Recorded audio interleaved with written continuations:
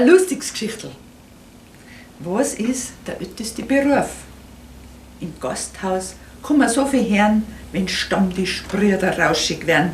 Ein Maurer und ein Zimmermann sitzen mit dem Elektriker beieinander. Sie streiten sich schon stundenlang, welcher Beruf hat denn als erst zugefangen. Der Zimmermann, das ist schon klar, weil Jesus schon so einer war. Sein Ziehvater, der heilige Josef schon, war ein Zimmerer, das weiß man doch.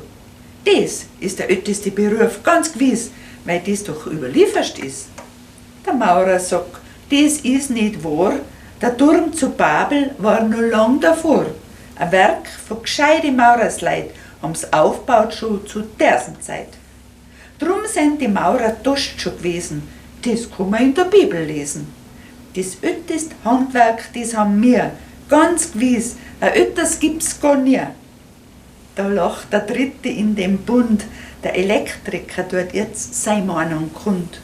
Ich sag euch eins, uns gibt's am längsten schon, wir sind ja seit der Welterschaffung da.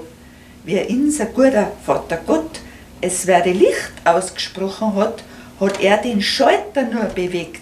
Die Leitungen waren schon verlegt.